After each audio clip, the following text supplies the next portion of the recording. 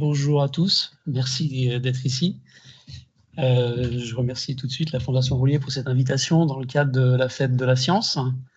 Donc le thème de la Fête de la Science cette année, c'est autour de l'intelligence. Vaste thème. Donc bien sûr, en ce moment, on entend beaucoup parler d'intelligence artificielle. Et puis la question, alors j'ai mis en rouge quelques parties du texte qui est sur le site du ministère pour la Fête de la Science. Mais de quelle intelligence parle-t-on, sachant qu'effectivement l'intelligence a longtemps été perçue comme le propre de l'humain. Donc l'intérêt de cette fête de la science, c'est un peu d'aller voir un peu plus loin ce qu'on peut proposer. Et donc j'ai marqué aussi en bas, ils ont mis du comportement des cellules aux capacités étonnantes des plantes. Donc ils ont été très prudents tout de suite, ils n'ont pas parlé de l'intelligence des plantes. Et donc, en fait, l'idée, c'est de voir si cette fameuse notion d'intelligence, elle se manifeste de manière multiple. Donc, dans le cadre de l'invitation, c'était pour parler de les plantes intelligentes, avec un point d'interrogation, que je vous rassure, je ne lèverai pas aujourd'hui, puisqu'on ne sait pas encore, effectivement, mais je vous donnerai quelques arguments par rapport à ça, en tout cas, j'espère. Donc moi, le thème de la conférence que j'ai proposé, le sujet, c'est la sensibilité des plantes vers l'intelligence et au-delà. Donc on va voir si on peut aller au-delà de l'intelligence, si on peut aller jusqu'à l'intelligence. Mais un des points majeurs par rapport à ce thème-là, c'est la sensibilité des plantes, sujet sur lequel je travaille avec mon équipe depuis une trentaine d'années. Donc déjà, pour repositionner quelques points globaux, c'est que les plantes, finalement, c'est un succès évolutif certain. Alors effectivement, un succès, il faut toujours trouver des indicateurs, mais si on prend un indicateur en dominance spatiale, ben, on voit bien qu'il y a du vert en grande partie sur les parties émergées de la planète. Il y a aussi du végétal en plus dans les océans. Donc, il y a des plantes partout sur la planète. Et en termes de biomasse, vous avez les carrés qui sont sur la droite et qui vous montrent que les plantes, ça représente 450 gigatonnes de carbone. Et quand on regarde les animaux, c'est uniquement 2 gigatonnes de carbone. Et si on fait un zoom sur ces animaux, ce qui est à droite, on voit que les humains, c'est 0,06 gigatonnes de carbone. Donc si on prend ça comme indicateur, effectivement, en termes de biomasse, les plantes, elles dominent vraiment cette biomasse sur la Terre et elles sont étendues partout. Donc ça, c'est un premier point important pour les plantes. Et pourquoi ce succès évolutif? C'est en grande partie par leur capacité à faire de la photosynthèse, c'est-à-dire à fixer le carbone sous forme de CO2 pour en faire du sucre, de l'énergie, et ce, grâce à l'énergie solaire, c'est-à-dire la seule énergie qui rentre sur la planète à l'heure actuelle. C'est-à-dire que l'entrée d'énergie sur la planète, eh bien, ce sont les plantes, grâce à la photosynthèse, en tout cas les plantes en grande majorité, parce qu'il y a quelques bactéries qui peuvent faire de la photosynthèse, qui vont être capables de transformer cette énergie donc, lumineuse en énergie chimique. Et cette énergie chimique, en fait, donc ces sucres, eh bien, ils sont à la base de toute la vie sur Terre. Donc, c'est ce qu'on appelle en fait l'atrophie de différents organismes. Donc, les plantes, c'est ce qu'on appelle le producteur primaire, capable donc de créer son propre sucre pour sa croissance. Et derrière, ben, vous avez les herbivores qui vont consommer les plantes. Donc, eux, ils vont chercher leur énergie chez les plantes. Ils ne sont pas capables de la créer elles-mêmes. Les carnivores vont manger des herbivores. Donc, c'est la même chose. Ils vont chercher le sucre, finalement, chez l'herbivore. Et puis, quand cette matière organique, enfin, ces animaux, ces plantes meurent, eh bien, tout ça, c'est décomposé par des champignons. Donc, ils vont utiliser, là encore, le sucre, la matière organique qui initialement vient des sucres générés par les plantes. Et donc, ils vont la transformer par minéralisation pour faire rapide et ça va être réutilisé par les plantes. Donc, on voit bien la position centrale des plantes et de cette photosynthèse dans la biosphère, puisque finalement, ça veut dire que si vous éliminez les plantes, vous éliminez tout le reste. Alors, je peux peut-être essayer de bouger les micros comme ça. Non. Je vais essayer de parler plus fort, vous me direz. Je vais me mettre en face d'un micro, peut-être c'est mieux, vous me direz. Donc, le fait que ces plantes soient capables de produire la matière organique et donc d'être des producteurs primaires, donc le fait qu'elles fassent cette photosynthèse, ça a des implications. Notamment, elles peuvent avoir une vie fixée. Donc permettre une vie fixée, occuper le milieu aérien et le milieu souterrain, Et en fait, elles peuvent avoir des surfaces assimilatrices, alors que ce soit pour le CO2 et le soleil, ou pour l'eau et les sels minéraux, hein, ça va être les racines et les feuilles, donc qui vont être extériorisées. Donc ça, c'est la vie fixée qui va permettre ça, et c'est une grande différence avec, je dirais, les pauvres animaux que nous sommes, qui nous, on doit chercher notre matière organique, donc on est obligé de se déplacer, alors que la plante ne va pas être obligée. Et donc, comme on est obligé de se déplacer, ben, on va avoir toute une morphologie, une physiologie complètement différente. Notamment, on va avoir des surfaces d'assimilation donc, qui vont être internalisées avec les poumons et les intestins.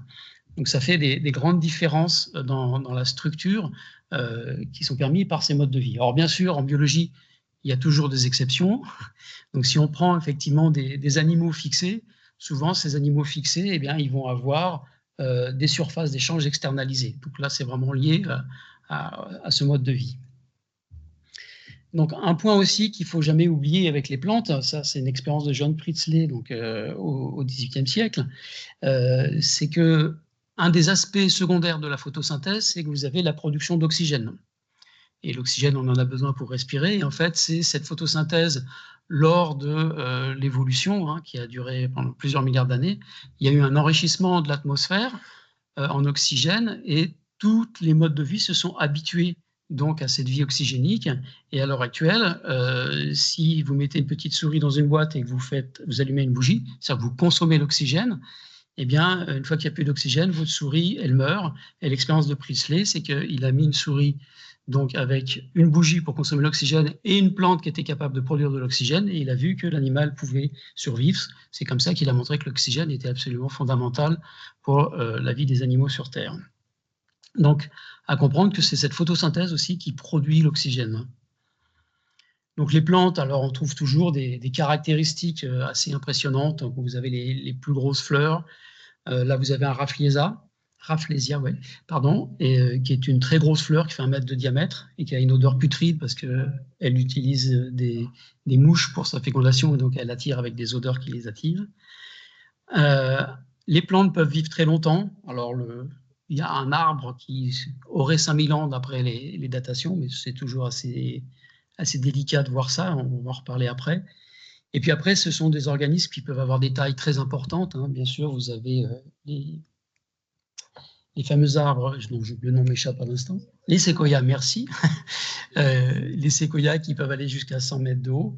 À savoir aussi que là, c'est une vision des choses, mais quand on parle de 100 mètres de haut, en plus, on parle du sol jusqu'à l'apex de l'arbre, et on oublie en général qu'il y a des racines, qui même si elles ne sont pas aussi grandes que les 100 mètres, pour tenir un arbre de 100 mètres de haut, il faut quand même quelques mètres de racines pour que ça se tienne dans le sol. Mais ça, c'est quand même important et on y reviendra parce que ça veut dire que quand on regarde ces organismes, ben souvent, comme notre sens dominant, c'est la vue, ben, on prend ce qu'on voit directement et on oublie un peu ce qu'on ne voit pas. Alors ça, c'est un exemple que je vous ai mis aussi, c'est la forêt de Pando, qui est une forêt de faux-trembles dans l'Utah aux États-Unis. Elle est intéressante parce qu'on considère qu'en fait, toute cette forêt, elle est clonale. C'est-à-dire qu'elle est issue d'une graine au départ. Donc, vous avez une graine qui a germé et qui a fait un arbre, un faux-tremble. Et en fait, après, c'est les racines donc, qui ont permis la génération d'autres arbres comme ça, le long de tout cet espace. Et donc, cette forêt ferait à l'heure actuelle 43 hectares. Et alors, les datations varient en fonction des auteurs, mais elle aurait entre 14 000 et 80 000 ans.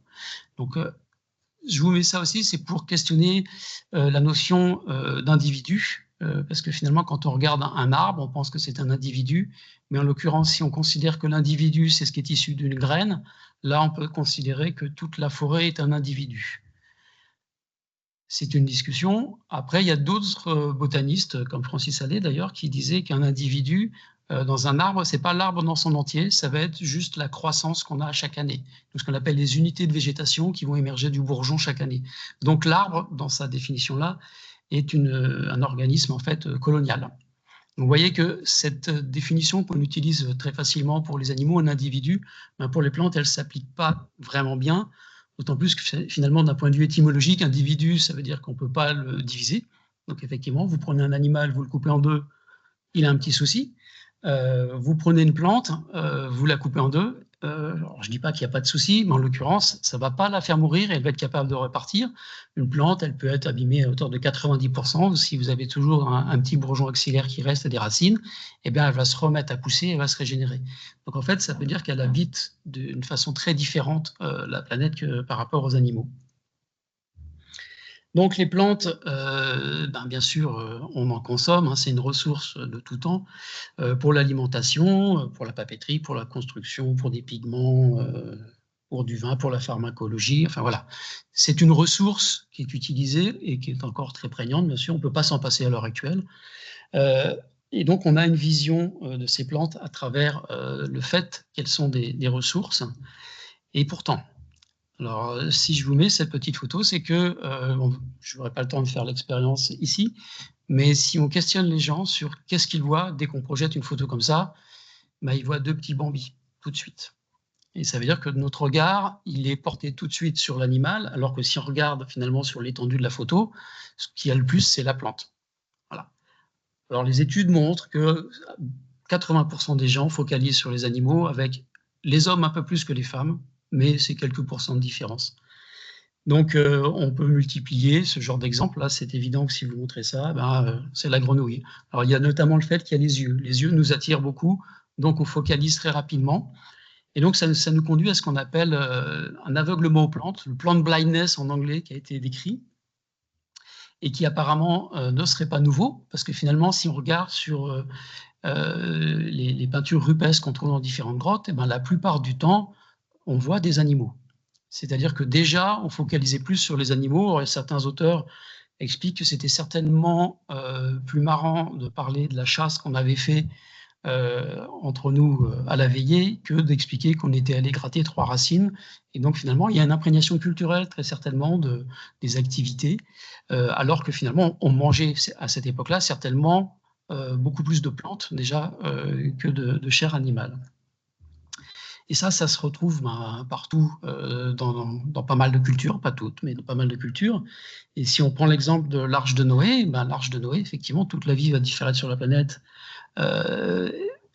Et qu'est-ce qu'il fait? Il fait un arche et il installe à l'intérieur un couple de chaque animal. Il ne prend pas trop de stock de graines dans les textes.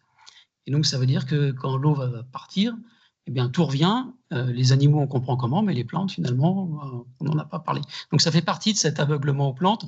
Et dans la culture chrétienne, quand on regarde les textes, effectivement, les plantes n'ont pas la même position que les animaux. Donc, c'est tout un sujet, là encore, qui a été décrit par pas mal d'auteurs, mais ça explique très certainement ce fameux aveuglement aux plantes. Et cet aveuglement aux plantes, il se construit donc très certainement aussi avec des auteurs comme Aristote, qui finalement dans ses études a créé ce qu'on appelle la scala naturae, c'est-à-dire qu'il a hiérarchisé donc ce qu'il observait. Donc avec tout en bas, vous avez donc on va dire le minéral. Donc c'est important le minéral ici, je le sais. Donc, je ne veux pas l'éluder, mais dans sa classification, c'est tout en bas, et donc le minéral, il existe. Voilà.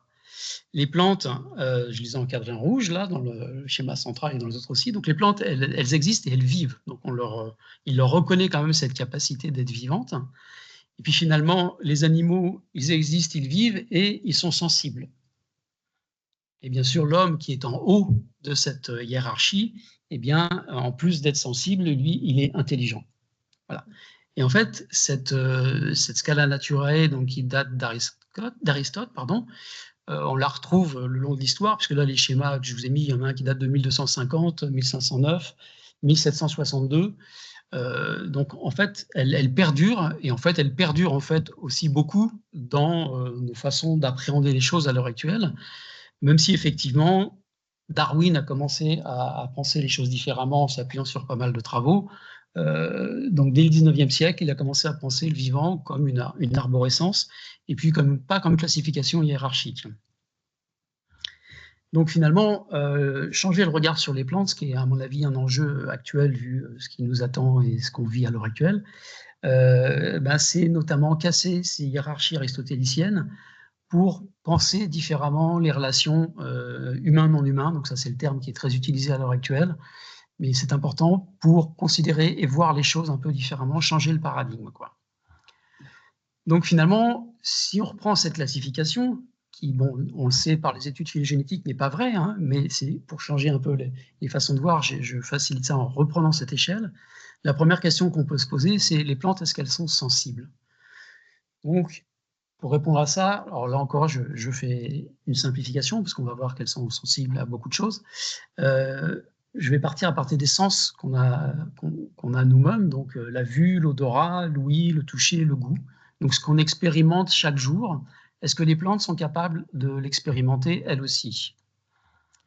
Donc, est-ce que les plantes perçoivent leur environnement, pardon, et notamment la lumière? Donc, alors c'est pas de la vue, mais on sait que les plantes, elles sont capables de percevoir la lumière. Je pense que vous avez peut-être déjà fait l'expérience chez vous. Quand vous avez une plante qui est posée à côté d'une fenêtre, eh bien, elle a tendance à s'orienter. Donc là, j'ai demandé à ma fille de faire l'expérience pour avoir la diapositive. Donc, les heures correspondent donc à l'évolution d'une plante qui pousse. Et on voit bien qu'elle se court vers la lumière et que la nuit, quand il n'y a plus de lumière, eh bien, elle se redresse. Donc là, la plante, elle est capable de percevoir d'où vient la lumière et donc de modifier sa croissance pour s'orienter vers cette lumière. Donc ça, c'est un premier indice qu'elle est capable de percevoir son environnement. Et donc, en fait, elle a bougé. Et donc, c'est aussi quelque chose chez les plantes qu'on a tendance enfin, pas associer aux plantes, le fait qu'elles sont capables de bouger, et c'est notamment par la croissance. Donc là, j'ai une petite vidéo. J'espère qu'elle va partir. Voilà. Donc c'est bien sûr, c'est ce qu'on appelle une time-lapse en accéléré. Et donc là, vous voyez que eh bien, la plante, elle bouge par sa croissance, mais elle ne bouge pas de façon purement linéaire, elle explore un peu son environnement, et c'est ça qui va lui permettre donc d'avoir une action par rapport au signal de l'environnement qu'elle va avoir. Donc ça, c'est une deuxième vidéo pour montrer qu'elle est capable, dans son environnement, de percevoir aussi finalement la gravité, de se positionner dans l'espace. Ah, pardon. Je cherche ma souris. Hop là. Voilà. Désolé, la vidéo ne marche pas très bien. Bon, je vais la passer, mais en gros, l'idée, c'est que vous avez la radicule qui pousse et qui va sentir la gravité, donc qui va pousser vers le sol, et les parties aériennes qui s'orientent vers le haut. Donc une plante, effectivement, elle ne pousse pas de façon anarchique dans n'importe quel sens, elle va s'orienter. Et en fait, cette orientation, donc, on a longtemps pensé que c'était lié effectivement à la gravité, ce qui est le cas d'ailleurs, et puis par rapport à la lumière. Mais il y a des études assez récentes qui ont été faites, et notamment donc, par Bruno Moulia, et ils ont montré que les plantes étaient capables de proprioception. Et ça, c'est intéressant parce que la proprioception, nous, on en est capable, hein, c'est ce qui va nous permettre de nous positionner dans l'espace. Donc, on sait où est notre main, on sait où est notre pied, et donc, en fait, quand on est déséquilibré, on arrive à se repositionner. Et en fait, ils ont montré en mettant des plantes dans des conditions où la lumière venait de tous les côtés, donc en fait, ils annulent le signal lumineux de cette façon-là, et en les faisant tourner, donc en rotation, donc ils annulent le signal de gravité. Et dans ces conditions-là, ben, ce qu'ils ont observé, c'est que la plante, elle était capable quand même de se repositionner dans l'espace. Donc, elle est capable de se repositionner dans l'espace avec des signaux qui sont des signaux internes, ce qui est le propre de la proprioception. Donc, elle va reconnaître en fait des tensions dans ces structures et elle va réorienter sa croissance par rapport aux tensions internes qu'elle sent. Donc là, elle est capable de sentir des signaux extérieurs pour sa croissance, mais aussi d'utiliser des signaux internes liés à sa propre structure. Alors, un autre sens, la vue. Est-ce que les plantes voient? Alors, effectivement, les plantes, elles n'ont pas d'yeux, mais elles utilisent la lumière pour la photosynthèse, bien sûr, c'est évident, mais ce n'est pas une forme de vision, la photosynthèse, si ce n'est que quand même, sur les feuilles, vous avez une focalisation des rayons lumineux. Lorsqu'ils arrivent sur la feuille, vous avez une première assise épidermique de cellules qui va fonctionner un peu comme une lentille et qui va focaliser les rayons lumineux sur les cellules qui sont juste en dessous, qui contiennent donc les chloroplastes dans lesquels vont avoir lieu la photosynthèse. Donc là, vous avez un système où vous focalisez, ce qui est la base de la vision, en fait, y compris la nôtre. De façon plus surprenante, en fait, des auteurs ont montré qu'il y a aussi une capacité de perception de la lumière au niveau racinaire. Et là, le système est un peu différent puisque la première assise va effectivement encore focaliser les rayons lumineux, et les rayons lumineux vont être focalisés et arriver sur la base de la deuxième couche cellulaire. Et donc là, vous allez avoir comme une espèce de rétine, puisque vous allez avoir les pigments qui va être capable de capter différentes longueurs d'onde qui vont être focalisées sur la partie basale de ces cellules. Et donc, les racines vont utiliser des informations lumineuses, ce qui paraît contre-intuitif, puisqu'a priori, elles doivent être dans le sol pour effectivement permettre l'acquisition d'eau et de sels minéraux et l'ancrage de la plante. Mais en fait, quand on réfléchit bien, c'est important pour elles de savoir capter la lumière, parce que justement, si elles ont ces informations lumineuses, elles savent qu'elles ne sont pas placées au bon endroit. Et donc, elles vont utiliser cette information pour se repositionner. Donc ça, en fait, ça montre que les plantes utilisent la lumière. Donc la définition de la vision, finalement, si on prend une division simplifiée, c'est effectivement être capable de capter l'origine de la lumière pour utiliser sur une réponse. Et c'est quelque chose, finalement, qui est extrêmement commun dans le vivant et utilisé depuis certainement très longtemps, puisque ça, c'est des publications qui sont sorties il n'y a pas si longtemps que ça, dans les dernières années. Et donc, ils parlent de vision pour les bactéries. Et en fait, là, dans ce système-là, il propose que les rayons lumineux sont focalisés par une partie de la bactérie, la partie à gauche, là, et vont être focalisés sur l'autre partie de la cellule, et donc dans lesquelles vont être localisées plus spécifiquement des protéines, et ça va permettre à la bactérie de savoir donc d'où vient la lumière, et notamment de pouvoir nager soit vers la lumière, soit contre la lumière en cas de besoin. Donc les bactéries utilisent l'information lumineuse, et certains auteurs parlent de vision, c'est pour ça que voilà, c'est une histoire de définition là encore, mais c'est une forme de vision simplifiée. Alors, de façon aussi assez intéressante, chez des dinoflagellés qui sont des algues, enfin c'est des organismes capables de photosynthèse, eh bien on a aussi des possibilités de vision, et là, au niveau d'une seule cellule, il y a même une structure qui ressemble à un œil, puisque vous allez avoir donc une espèce de lentille qui va être formée par des mitochondries, ce sont des organismes, des structures intracellulaires, et qui vont permettre de focaliser les rayons lumineux sur d'autres organismes de la cellule qui sont des plastes dans lesquels il y a des pigments sensibles à la lumière, et ça forme des structures donc, qui sont montrées ici. Donc, vous avez la photo sur l'algue, le schéma, et vous avez en microscopie électronique la structure d'un œil à l'intérieur d'une cellule. Donc voilà, donc ça c'est pour dire que finalement la structure de l'œil a été inventée de multiples fois dans l'évolution pour utiliser l'information lumineuse, et que finalement on a toujours le même système. On prend une lentille et on focalise sur une rétine, si on veut simplifier l'affaire. Donc ça signifie que les plantes, elles sont capables de percevoir une information lumineuse et de l'utiliser. Et là, il y a un exemple aussi qui est assez fascinant pour moi. C'est l'exemple d'une liane qui pousse en forêt tropicale, c'est Bocchilia trifoliata. Et il y a des auteurs qui ont montré il y a une dizaine d'années que cette liane, lorsqu'elle pousse sur un arbre, eh bien, elle va avoir un phénomène mimétique, c'est-à-dire que la forme de la feuille de la liane va mimer la forme de la feuille de l'arbre sur lequel elle pousse. Alors le mimétisme, on connaît ça, ça permet à la plante finalement de disparaître et d'être protégée parce qu'elle est moins visible parmi la biomasse des autres. Par contre, ce qui est surprenant avec cette liane, c'est que lorsqu'elle passe sur un deuxième arbre, en continuant sa croissance, eh bien, elle va mimer la forme des feuilles du deuxième arbre.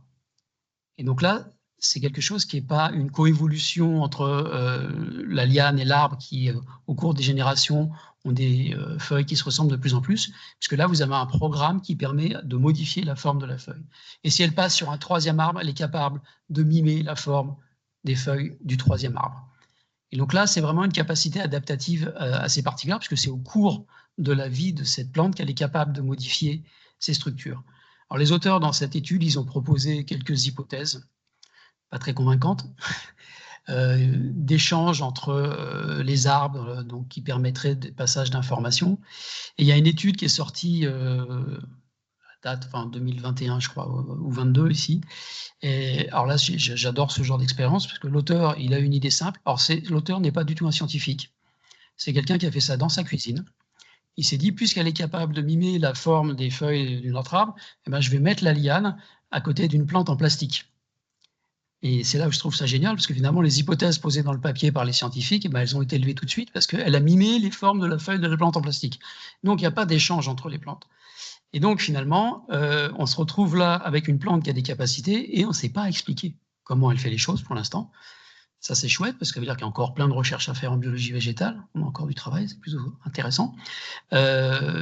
Mais par contre, je reviens sur la vision, parce qu'une des possibilités, c'est est-ce qu'elle est capable d'analyser des ombres portées d'une feuille?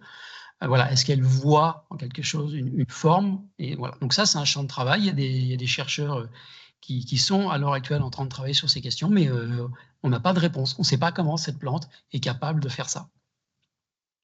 Donc, est-ce que les plantes voient ou pas? Elles utilisent en tout cas l'information lumineuse et visuelle. Alors, le toucher, alors ça, c'est une petite vidéo, je pense que vous en avez tous déjà entendu parler.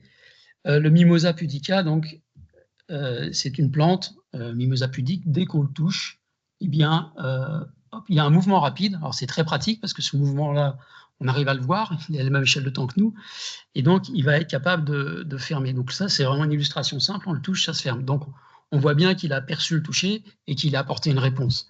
En fait, il a été montré que cette réponse permettait de limiter la prédation par les insectes. C'est vraiment une réponse de défense aux insectes pour faire peur à l'insecte, il s'en va, et du coup, il y a moins de prédation sur cette plante. Mais ceci dit, cette capacité de répondre au toucher, elle existe chez toutes les plantes. Alors ça, c'est une expérience qui a été faite sur Arabidopsis thaliana, donc la plante modèle de laboratoire. Hein. C'est le rat de laboratoire des biologistes végétaux. Et en fait, là, l'expérience, elle est très simple. Vous faites pousser donc, dans des pots, et dans le pot qui est à droite, là, les deux pots à droite, en fait, vous les touchez juste délicatement, plusieurs fois par jour, et vous voyez qu'au bout de plusieurs jours, le développement n'est pas du tout le même. Que ce soit les feuilles, les rosettes, ou que ce soit les hampes florales, tout a été limité. Donc ça veut dire que la plante, elle a perçu le toucher, et que ça a modifié sa croissance. Donc elle y apporte une réponse. Donc ça veut dire que les plantes, elles sont sensibles au toucher. Alors, les odeurs. Bon, alors, il n'y a pas de nez. Alors, j'ai mis l'odorat et le goût parce que finalement, c'est la perception de molécules chimiques. Donc, nous, effectivement, les odeurs, on va être capable de percevoir des odeurs volatiles, des composés organovolatiles qui vont exciter des récepteurs et ça va arriver un message à notre cerveau. On sait que les plantes, elles émettent des odeurs, hein, parce que les odeurs des fleurs, etc., on en profite, hein, on les extrait, on fait beaucoup de choses avec, mais finalement, elles ne font pas ça pour nous. Et en fait, il y a énormément d'échanges de composés organovolatiles, d'odeurs entre les plantes. À savoir qu'il va y avoir des messages qui vont être plus ou moins spécifiques, qui vont activer des voies de réponse différentes en fonction de la molécule qui va être émise, et elles peuvent émettre différentes molécules en même temps. Et il y a aussi une spécificité dans le sens où elles vont être capables de reconnaître des molécules issues de plantes de la même espèce, et que s'il y a un échange d'informations via des odeurs entre deux espèces différentes, ça ne va pas forcément être les mêmes molécules. Donc en fait, elles sont capables d'émettre des odeurs variées, et il y a une sorte de vocabulaire qui va permettre de faire passer des informations assez variables. Alors, j'aime bien les petites vidéos, vous l'avez compris. Donc je vous en mets une autre là, et vous allez voir que vous avez un plant de tomate, et vous avez une cuscute, donc, qui est une plante parasite qui germe au milieu, et si vous regardez son déplacement, alors la croissance, on a l'impression qu'elle est aléatoire au départ, mais en fait, très rapidement, elle s'oriente. Et donc, la cuscute sait où est la tomate, et en fait, si vous mettez un plant de blé à côté dans le même pot, elle ne se trompera pas, elle ira vers la tomate. Et en fait, on sait maintenant qu'elle utilise l'information olfactive, puisqu'elle est capable de capter des composés organovolatiles émis par la tomate, et spécifiquement, ça lui permet de se diriger vers la tomate, qui est finalement sa plante hôte. Donc, elles perçoivent les composés organovolatiles, les odeurs, et elles utilisent ces odeurs. Alors, il y a pas mal d'études qui sont de plus en plus développées sur ces composés organovolatiles, y compris en agriculture, parce qu'on s'est rendu compte que ces composés organovolatiles, donc vous voyez, il y a un S, hein, c'est qu'il y en a énormément et les plantes sont capables de synthétiser. Alors, toutes plantes comprises, certains auteurs disent que c'est 100 000 molécules différentes. Une plante ne va pas synthétiser 100 000 molécules, bien sûr, mais ça vous montre quand même le panel de molécules différentes. Et ces molécules peuvent interagir de façon variée. Ça peut être des molécules de défense directement, ça peut être des molécules qui vont contrôler le développement, qui vont faire passer des messages, qui vont appeler des insectes, qui vont induire la transcription d'un certain nombre de gènes pour amener des réponses. Donc elles ont finalement pas mal de rôles, et je vous montrerai certains autres aspects après. Et donc, ce qu'on sait, c'est qu'effectivement, il y a des molécules qui sont spécifiques par rapport aux autres organismes vivants. C'est-à-dire qu'elles ne communiquent pas entre elles uniquement de plante à plante, mais elles peuvent aussi communiquer donc avec d'autres organismes, hein, en fonction des molécules qu'elles vont synthétiser. Moi, il y a une petite histoire que je dis toujours parce que je la trouve assez fascinante. Il y a des plantes, lorsqu'elles sont agressées par une chenille, elles vont notamment sécréter comme volatile les phéromones sexuels du prédateur de la chenille. C'est-à-dire qu'en sécrétant cette molécule, ce sont des guêpes souvent qui vont venir attirer, pensant trouver un partenaire sexuel, qui ne vont pas en trouver, mais par contre qui vont trouver une chenille et donc qui vont trouver une proie. Et donc la plante va se débarrasser de la chenille en appelant une guêpe. Et à ce genre d'interaction tripartite, on en découvre de plus en plus, parce qu'il faut savoir qu'il faut y penser pour aller chercher, parce qu'on ne trouve que ce qu'on cherche. Et tout le travail sur les volatiles est aussi extrêmement dépendant des outils qu'on a. Et c'est un champ qui se développe depuis, je dirais, une vingtaine d'années. Et on a des analyseurs de plus en plus puissants et de moins en moins chers, parce que l'aspect financier aussi est important dans la recherche. Et donc, on arrive maintenant à... Enfin, il y a de plus en plus d'études qui montrent des interactions liées à ces volatiles. Donc, c'est un champ de travail qui est vraiment en plein développement, mais qui suggère, pour le sujet qui nous intéresse, que les plantes, finalement, il faut absolument qu'elles soient sensibles à ces volatiles pour pouvoir apporter des réponses. Donc, elles sentent. Est-ce qu'elles sont capables de percevoir le son? Alors, c'est vrai que ça paraît un peu comme ça surprenant au départ. Moi, j'ai bien aimé l'approche de Stefano Mancuso, vous avez peut-être entendu son nom, c'est un chercheur italien qui a publié sur l'intelligence des plantes, etc. Et en fait, lui, dans son approche, sa façon de voir, c'était pourquoi un organisme se priverait d'informations issues de son environnement. Et c'est vrai que présenté comme ça permet d'ouvrir les champs de recherche, parce que du coup, il s'est dit, je vais faire écouter le bruit d'une rivière à une plante. C'était un premier test, un crash test qu'il a fait comme ça. Et qu'est-ce qu'il a vu? Eh bien, il a vu que les racines s'orientaient vers la source sonore. Et donc, c'était une source sonore, c'était pas une rivière, donc c'était pas l'humidité de l'eau ou quoi que ce soit, c'était vers le son. Et donc, normalement, on sait qu'il y a un gravitropisme, et en fait, le gravitropisme était contré. Je vais montrer une petite vidéo. Alors là, c'est un peu paradoxal parce que la vidéo a été faite dans l'eau, mais c'est une source sonore uniquement qui est apportée, alors là, qui est visualisée par à gauche les espèces d'ondes qui se propagent, et regardez la croissance des racines qui suit la gravité au départ, et donc elle se courbe vers la source sonore. Alors bien sûr, les fréquences utilisées ne sont pas n'importe lesquelles, hein. C'est le graphe qui est en haut à droite. Quand on enregistre un cours d'eau, eh bien, vous avez un optimum dans les fréquences autour de 200-300 Hz. Donc là, pour faire courber des racines, eh c'est du 200-300 Hz qui a été utilisé. Et donc rien qu'avec ce son, eh bien, on arrive à voir cette croissance. Donc les plantes ont une sorte de phonotropisme. Et en fait, une question qu'on s'est posée, c'est de savoir comment elles font pour percevoir le son. Alors, c'est toujours pas tranché, c'est compliqué, parce qu'on ne sait pas encore exactement. Mais nous, ce qu'on a fait au laboratoire, c'est qu'on s'est dit, on va regarder ce qui se passe dans une oreille au niveau cellulaire. Et au niveau cellulaire, on sait qu'on a des flux de calcium, des flux de potassium, des générations d'espèces actives de l'oxygène, donc dans nos cellules, qui participent en fait à la signalisation lorsqu'on perçoit du son. Et ce qu'on a vu, c'est qu'effectivement, quand on mettait du 200 Hz à des cellules végétales, eh bien, on avait du calcium, du potassium, des ROS, donc les mêmes réponses cellulaires que dans notre oreille. Donc, c'est-à-dire que ça participe aussi à la perception de ce signal. Alors ça, c'est une expérience aussi sur le son qui a été faite, parce qu'il y a des gens qui avaient émis le fait que finalement, quand vous mettez du son sur une plante avec un haut-parleur, c'est peut-être le champ magnétique de votre haut-parleur. Le dispositif expérimental doit toujours être questionné. Et donc, en fait, là, l'expérience qui a été faite, c'est qu'ils ont mis leurs plantes dans un joli dispositif en PVC qu'on trouve chez tous les magasins qu'on veut. Et ils ont mis 2 pots et ils ont entouré un des pots avec un petit tuyau dans lequel ils faisaient couler de l'eau. Donc, en fait, la plante, l'humidité était la même dans les mêmes pots, tout était identique. La seule différence, c'était le fait qu'il y avait de l'eau qui coulait dans un tuyau autour du pot. Donc, de l'eau pas accessible, mais elles pouvaient entendre éventuellement le bruit. Et ce qu'ils ont vu, que c'est dans 70% des cas, en fait, eh bien, la racine principale choisissait d'aller dans le pot et le tube où il y avait le pot qui était entouré par le tube. Donc voilà, c'est un autre dispositif expérimental pour montrer que les plantes seraient sensibles au son.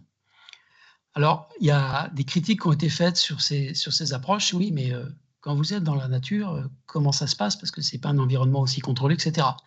Et là, la réponse, c'est: «Bah, on sait pas. On sait pas». Par contre, il y a des gens qui ont dit: «Mais par contre, ça peut être très intéressant parce qu'on sait que dans nos tuyaux d'évacuation d'eau, on a toujours des racines qui se mettent dedans et peut-être que si on pensait à ça, on pourrait faire des très grosses économies sur nos réseaux». Donc vous voyez que les approches sont parfois, surprenantes, mais ça peut amener des idées, à d'autres personnes.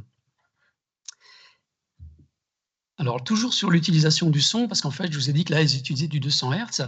Ça, c'est des expériences qui ont été faites sur des fleurs, hein, et en fait, ils ont fait écouter aux fleurs, le son de l'insecte pollinisateur. En gros, qui faisait du 1 kHz, si je dis pas de bêtises, hein. Donc un bourdon qui fait un bruit à peu près à 1 kHz.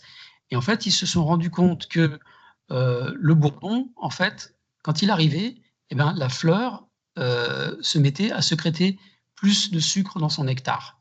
Le nectar étant la récompense de l'insecte pour venir chercher donc les grains de pollen qui vont servir à la fécondation des autres fleurs. Donc en fait, ils ont fait des contrôles bien sûr, donc ils ont entouré une fleur pour éviter qu'elle entende le bruit du bourdon. Elle n'a pas augmenté sa teneur en sucre, et comme autre contrôle positif qu'ils ont fait, c'est qu'ils ont mis du 35 kHz, qui est, le bruit en fait émis par des chauves-souris, et les chauves-souris n'étant pas les pollinisateurs de ce type de fleurs. Et dans ce cas-là, ils n'ont pas l'augmentation du sucre. Donc ça veut dire qu'il y a vraiment là une reconnaissance aussi qui est spécifique de cette fréquence-là pour augmenter le sucre lorsque, le pollinisateur arrive. Donc ça montre une autre utilisation donc, du son par les plantes, et c'est une autre fréquence.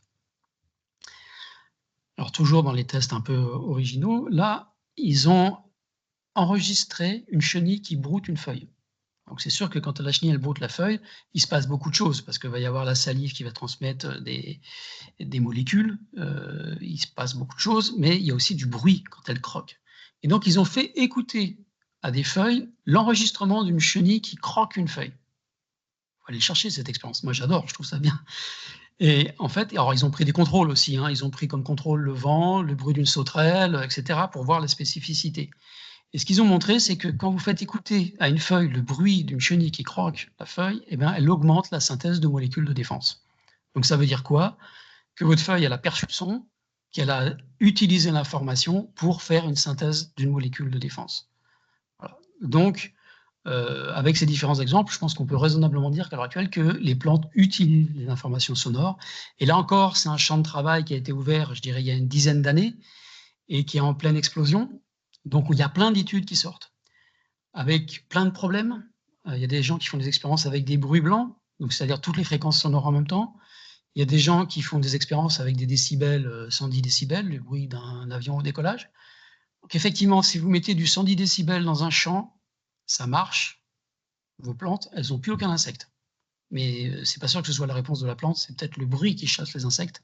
Et donc là, en fait, c'est la même chose. C'est assez dur de mettre au point des protocoles pour arriver à bien mimer ce qu'on sait, parce qu'il y a des problèmes de fréquence, donc le stimuli, d'intensité. Et donc, comme je dis, c'est un champ en plein travail, donc il y a plein d'études qui sortent dans plein de conditions, et donc on aura des informations plus pertinentes et plus précises, j'imagine, dans les années à venir. Mais c'est un champ qui reste très intéressant. Alors ça, c'est aussi un papier qui est sorti il n'y a pas longtemps, il y a 1 ou 2 ans. Alors moi, je le connais parce qu'il traînait sur des sites depuis 5-6 ans. Ils n'arrivaient pas à le faire sortir. En fait, ça, ce sont des plantes qui produisent du bruit.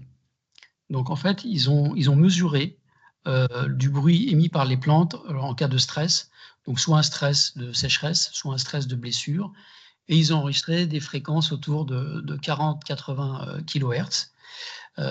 Donc qui seraient certainement liés à des processus de cavitation. C'est-à-dire que quand vous avez une blessure, le flux de sève dans les tissus conducteurs va s'arrêter, et vous avez des espèces de petites bulles qui forment, et ça fait des ultrasons, en fait. Et on ne sait pas, alors ça ne serait pas un bruit actif, a priori, hein, ce n'est pas une plante qui se met à émettre du son à un moment donné, mais par contre, c'est peut-être un bruit que les plantes peuvent émettre lorsqu'elles sont en stress, et qui pourrait être perçu par les animaux, parce qu'en fait, si on regarde, c'est le schéma qui est en bas, ces ultrasons peuvent être perçus par les dauphins, mais ce n'est pas le sujet ici, mais par les insectes, en fait. Et les insectes pourraient comme ça discriminer des plantes qui seraient dans un état plus ou moins stressé, donc pour ce qu'ils ont à faire avec, fécondation, nourriture, etc. Donc voilà, donc ça, en fait, c'est juste pour vous montrer que le travail de l'impact du son et de l'émission du son par les plantes, c'est un champ de travail aussi qui se développe. Et comme tous les champs de travaux, vous avez des informations plus ou moins simples à analyser et parfois surprenantes. Là, j'ai récemment reçu un papier sur l'effet de la musique traditionnelle chinoise sur les plantes. Alors effectivement, je leur dis c'est très intéressant, mais je suis pas sûr que la culture des plantes soit celle qui aime vraiment la musique traditionnelle chinoise. Donc en fait, le problème, c'est qu'on a plein de choses assez fantaisistes qui apparaissent. Et donc moi, j'ai dit aux auteurs, vous prenez votre musique traditionnelle chinoise, vous isolez les fréquences, vous les inversez, vous les mixez, et si la plante, elle répond toujours à ces fréquences, je veux bien qu'on cause. Voilà. Mais le fait est, c'est que si vous mettez une musique ou quelque chose, la plante va y réagir. Par contre, ce n'est pas forcément à la symphonie qu'elle va réagir, c'est à des fréquences particulières. Donc, si je reviens sur ma petite classification d'Aristote, je pense que les études scientifiques actuelles nous permettent clairement de dire que finalement, les plantes sont des êtres sensibles, en fait, en plus d'être vivants. Si on considère la sensibilité comme étant cette capacité de percevoir un signal environnemental et d'y répondre pour optimiser son développement, les plantes sont des êtres sensibles, indéniablement. Alors, la question suivante, est-ce qu'elles sont intelligentes? Alors ça, c'est une question, c'est une question du sujet de la conférence. Donc moi, ce que je m'amuse à faire toujours, c'est que je vais sur Google, parce que Google, c'est tout, et je mets intelligence. Et là, qu'est-ce que je vois apparaître? Des cerveaux, et des cerveaux, et des cerveaux. Éventuellement, quelques petits engrenages, parce qu'il y a de l'intelligence artificielle. Donc voilà, donc ça montre bien que qu'est-ce qu'on met derrière l'intelligence? On met un cerveau. Alors du coup, je vais chercher des définitions. Donc il y a l'étymologie, donc faculté de percevoir. Déjà, je trouve ça assez intéressant, percevoir, parce qu'on est dans la sensibilité. Compréhension, intelligence, dérivée d'intelligere et donc du verbe légérer, choisir, lire, cueillir. Donc étymologiquement, l'intelligence consiste à faire un choix, une sélection. Donc c'est apporter une réponse à un stimuli donné. Après, j'ai cherché des définitions, donc Wikipédia. Et donc l'intelligence, c'est l'ensemble des processus retrouvés dans un système plus ou moins complexe, vivant ou non, alors on est bien large, qui permettent de comprendre, d'apprendre et de s'adapter à des situations nouvelles. Avec une définition comme ça, on peut considérer que les plantes sont peut-être intelligentes. Si on va sur le Larousse, une référence en France, l'ensemble des fonctions mentales ayant pour objet la connaissance conceptuelle et rationnelle, aptitude d'un être humain à s'adapter à une situation, à choisir des moyens d'action en fonction des circonstances. La plante n'est pas intelligente. Voilà. Alors après, on va chercher des grands esprits qui ont marqué les gens, nos sociétés. Donc Albert Einstein, la vraie intelligence n'est pas la connaissance, mais l'imagination. Alors si quelqu'un est capable de me dire si une plante a de l'imagination, mais là, moi, je suis incapable d'utiliser cette définition-là. Donc d'après Albert Einstein, je ne sais pas si les plantes sont vraiment intelligentes. Par contre, Stephen Hawking, l'intelligence est la capacité d'adaptation au changement. Si on prend cette définition-là, qui est celle utilisée d'ailleurs par Stefano Mancuso et pas mal de gens autour de lui, l'intelligence, si c'est la capacité d'adaptation au changement, effectivement, les plantes sont intelligentes. Marvin Minsky, qui a travaillé sur l'intelligence artificielle, l'intelligence est la capacité à résoudre des problèmes. Les plantes sont intelligentes, elles résolvent des problèmes tous les jours, comme tous les êtres vivants, finalement. Donc, on se retrouve avec ces définitions à pouvoir dire c'est intelligent ou c'est pas intelligent. Je crois que pour moi, ce que je dis, c'est que la question, c'est de se mettre d'accord sur la définition avant de s'étriper. C'est toujours plus facile, mais c'est rarement le cas. Et finalement, si on se met d'accord sur la définition, je pense qu'avec les données scientifiques qu'il y a, en toute bonne foi, les gens seront d'accord sans trop de problèmes.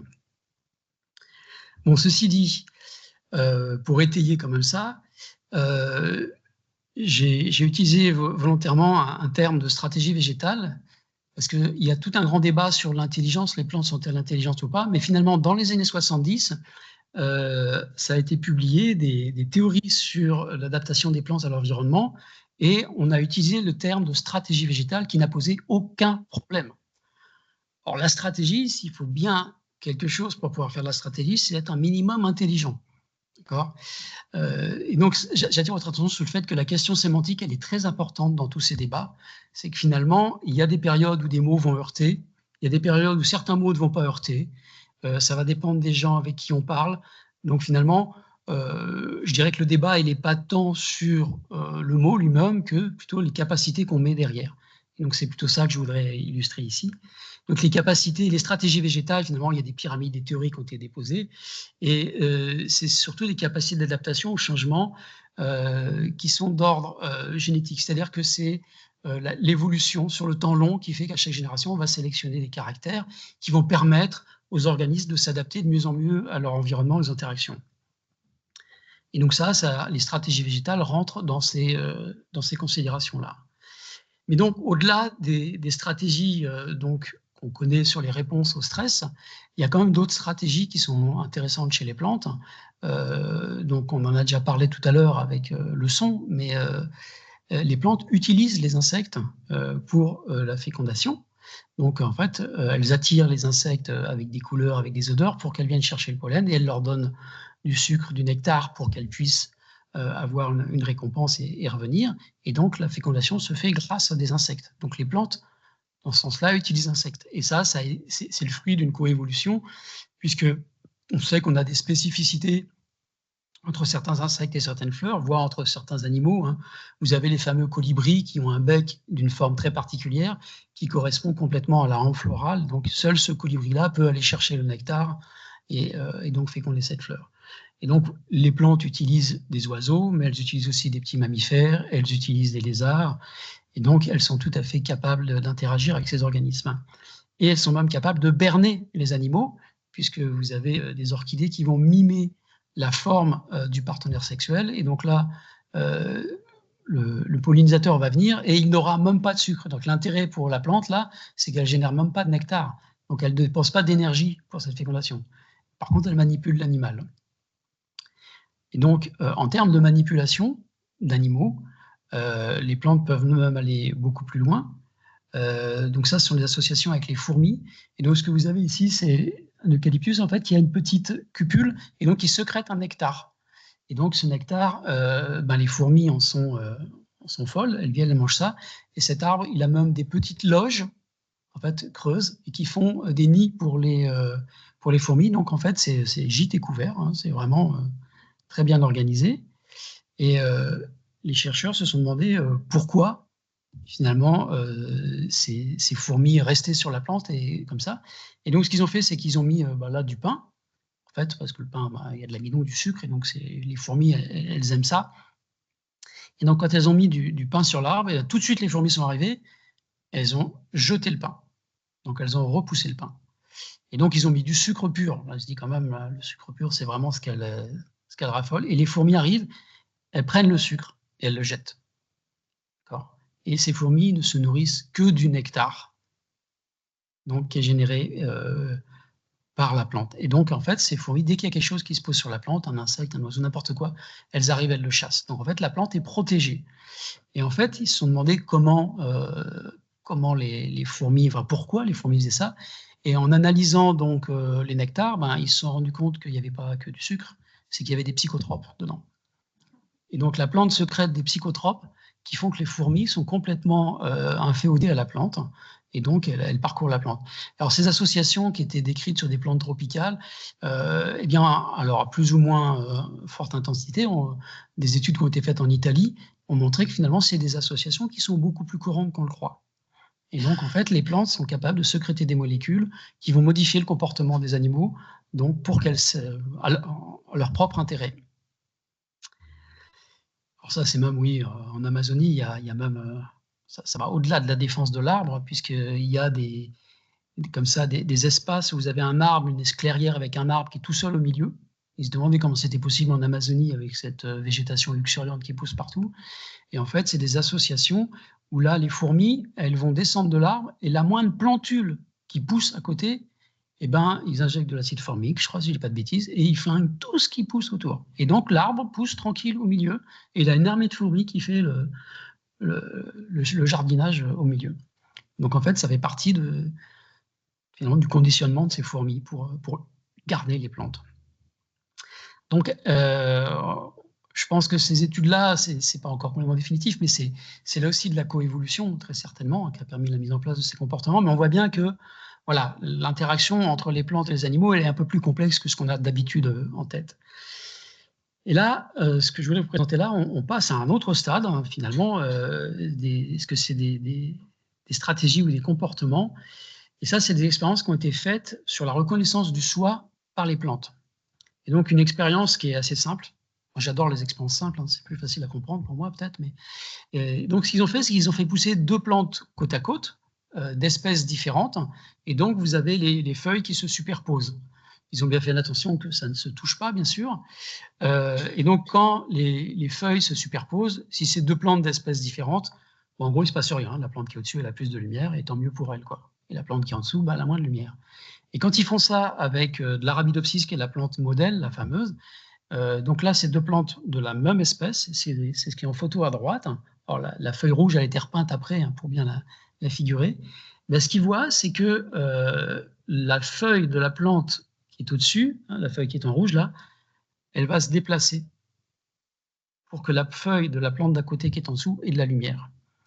Et donc là, on est dans quelque chose de l'ordre du comportement, avec reconnaissance d'une plante à côté qui est de la même espèce. Donc on a une reconnaissance interspécifique et on va agir alors qu'on ne va pas agir quand on est avec une espèce différente.